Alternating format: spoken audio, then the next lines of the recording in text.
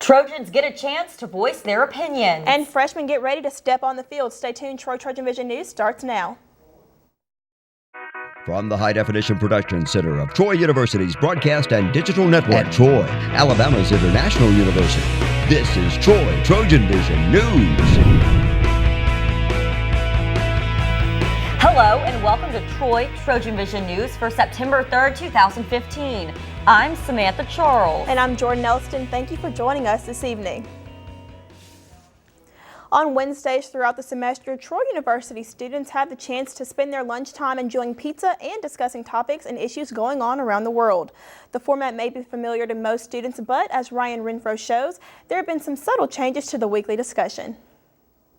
The Office of Civic Engagement here at Troy University recently held its first Talk of Troy meeting of the year, in which students shared opinions, worldviews, and issues of today. Talk of Troy is just a lunch series that we do once every other week on Wednesday at noon in Trojan Center 119, and we just discuss a article that talks about a pertinent issue or current event that affects college students each time we meet. And so it's open for any students to come. There's not really an organization, so to speak. Most of the conversations are going to be led by college students, which I think presents an interesting dynamic just to have a conversation with your peers about something that affects students here at Troy. With the name change from Times Talk to Talk of Troy, discussions now focus in on topics more relevant to students here on campus. The name changed because the New York Times paper isn't offered on campus anymore, so we decided to open that door up where if speakers wanted to pick an article from a different paper or still keep the New York Times, they weren't necessarily required to pick from just one paper. Talk of Troy kind of opens up the umbrella of a little bit to really focus on things that are going on here on campus rather than on a national or international level. It's just bringing home kind of things that are important for college students to understand, to discuss, to think about, and then hopefully act on going forward. Seeland says Talk of Troy is a good way for new students to get involved on campus. It helps them get connected so they understand what opportunities exist on campus, what are issues that are affecting college students, and how do other people view those issues, and hopefully build some sense of community or belonging and connection with other students. It's given me a better view of what different opinions are on campus and given me a chance to take those ideas in, those thoughts in, and see how they fit with my own view of contemporary issues. Ryan Renfro, Troy TrojanVision News. The next Talk of Troy will be Wednesday, September 16th at noon in Trojan Center Room 119. Free pizza will be provided for participants. September 12th will mark the third annual Freshman Run, where students get the chance to lead out the Trojan football team at the first home game. All freshmen will have the chance to lead out the Trojan football team in the Veterans Memorial Stadium at the first home game of the season. The Freshman Run is a new tradition to Troy. We've been doing it for about 3 years now. And it's basically, we want our freshman class of students to lead out our Trojans in the first home game. We get ready to take on Charles & Southern to victory. This year, students will not have to sign up to participate. There's no sign up this year. This year, we want all the freshman students to meet us at Gate 6, right in front of the field house at 5:30, right before the first game. Williams believes that this change will positively impact the turnout at this year's event. I think it would be a lot bigger turnout than we have in the past because in fact we have a bigger freshman class. We're doing a lot of different promotionals this year that we've done in the past. We're requiring all our freshman athletes to run out in it. We're going to be handing out flyers throughout the week and also made a video for students to watch and see. So we're hoping that the build-up for this freshman run is a whole lot bigger than it has been in the past. Once again, if you are interested in participating, you can meet in front of Gate 6 at the Veterans Memorial Stadium on September 12th at 5:30 p.m. The freshman run at the first home game is still a little over a week away, but the football season for Troy students is on Saturday.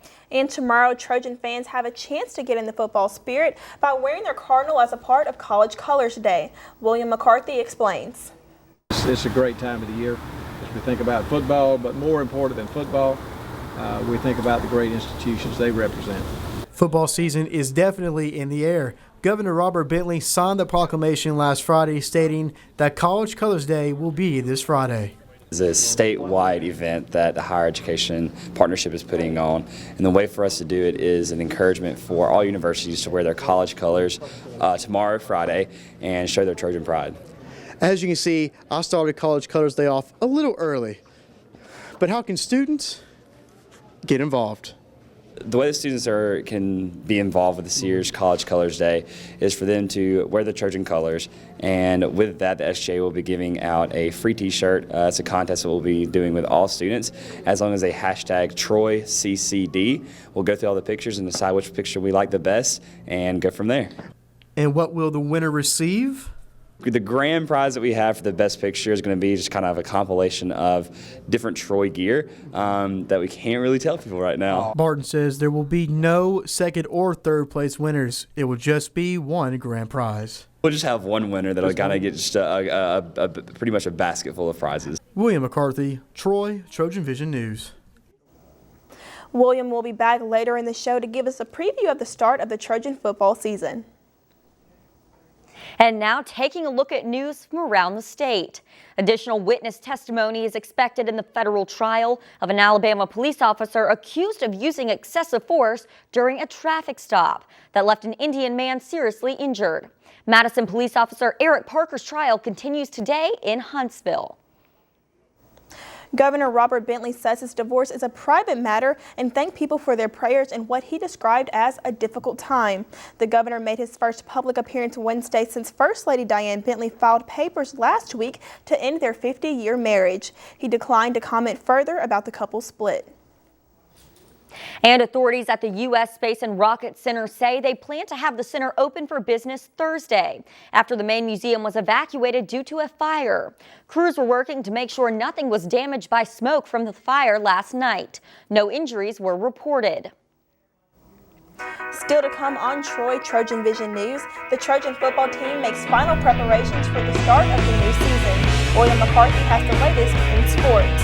And we will have the court ruling on the Deflategate case. More on that after the break, so stay with us. A major victory for Tom Brady in the Deflategate scandal. I'm Kenneth Craig at NFL headquarters in New York. Coming up, I'll tell you why the battle may not be over yet. For over 70 years, Smokey Bear has asked you to use fire responsibly. Fire is due to an unattended campfire. Go time. Here's how you can stay on the front lines of preventing wildfires. Always watch your campfire before leaving. Drown it, stir it, drown it again, and feel that the fire is out cold. Oh, bullseye! And you won't need a visit from these guys. Copy that. You can be Smokey's wingman when enjoying nature and prevent wildfires. Visit SmokeyBear.com for more fire prevention tips. This is Thomas. During the day, he works in research, and at night, he's a warrior. Soon he'll have a degree from Troy University, a historic and affordable public university with flexible online and in-class courses, and professors who know their students by name. Do what you love and be great at it. That's the warrior spirit. Learn more at troy.edu/workingwarrior. Now, the latest in Trojan sports on Troy TrojanVision News. College football is among us. The first game starts tonight, but Trojan fans will have to wait till Saturday to see the Trojans play when they travel to Raleigh to take on NC State. The Trojans are coming off of a 3-9 record last season, a record they look to improve on under head coach Neil Brown. The team has spent the last few getting ready for the debut of Neil Brown's Trojans. NC State is the first test of the Trojans, followed by two more non-conference games. Brown says he's looking forward to seeing who steps up once they hit the field. Playing will be simple, as most teams are early in the season. I want our guys to play. I don't want them to be worrying about making a mistake. I want them to go out there and play and grow as we continue. You know, if you look at our schedule, the way it's set up, obviously playing 12 games, we got three games in a bye week. You know, and we want to, for those first 3 games, we've got to play a lot of people. We got to play a lot of people and find out who's going to step up and make plays and compete. when the lights come on and who are some guys that maybe aren't ready yet. And we've got to use these first 3 games to find that out before we get into our true test, which is the Sun Belt Conference. The Trojans kick off their season on Saturday against NC State. Game time is set for 5 p.m. Central. And if you can't make it to Raleigh, the game will be on ESPN3. The Troy volleyball team will welcome a pair of NCAA tournament teams to Trojan Arena this weekend when they host the 4-team Trojan Invitational. The Trojans will start tournament play against CSU Bakersfield at 6 p.m. CSU Bakersfield won the WAC tournament last season. Then the Trojans will play against Alabama State at noon before taking on ETSU at 2:30. The Trojans are coming off of a 5-set win over UAB Tuesday night to open their home schedule. Troy Soccer travels to Mobile this weekend to play in the Jaguar Classic. Their first game of the tournament will be Friday at 4 p.m. against Austin Peeve. The Trojans will wrap up the tournament on Sunday against South Florida at 11 a.m. Sophomore goalie Mickey Lewis says the team can only go higher from this point in the season.